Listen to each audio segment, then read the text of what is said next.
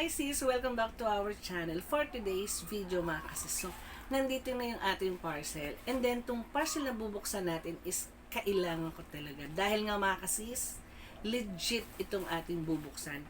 Lalo na naulan ngayon.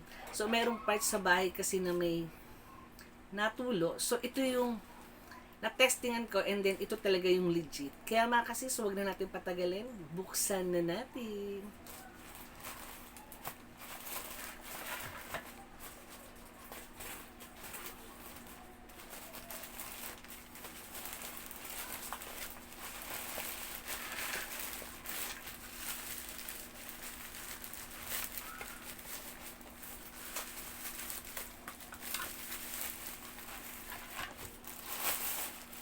So, ayan mga kasiso. Thank you sa seller kasi talagang binubble wrap niya yung aking parcel. And then, I think okay naman yung aking parcel na bubuksan. Kaya, tignan na natin.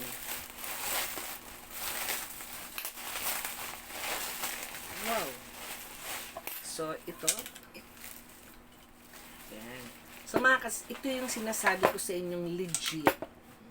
So, umorder tayo ng 3, 4, 5. So, ayan mga kasis. So, umorder po tayo ng flexible rubber coating.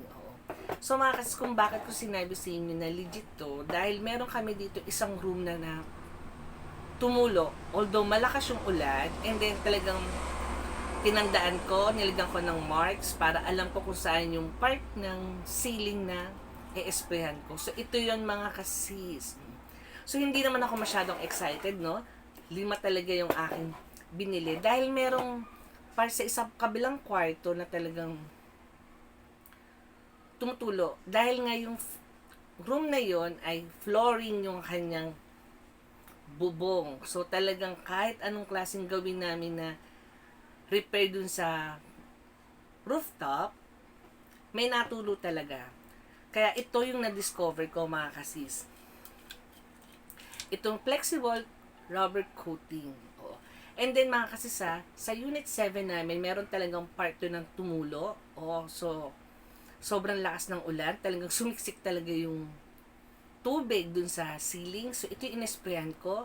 And then, meron tayong recently bagyo na si Christine. So, na-check ko yung room. Legit mga kasis. Walang tumulo dun sa aking ceiling.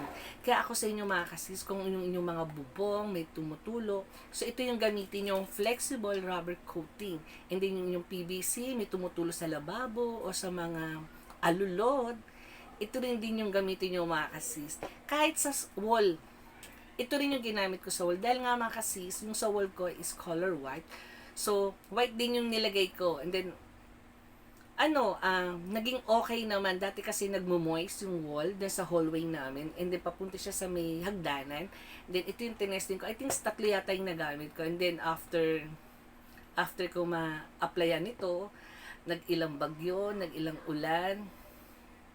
Perfect. Wala nang tumagas, wala nang kumatas na tubig, ulan doon sa aming wall. Kaya mga kasis, kung naghahanap kayo nito, ito may re-recommend ako sa inyo dahil nga legit talaga ang flexible rubber coating mga kasis. So yun lang mga kasis, maraming salamat. So don't forget to like and subscribe.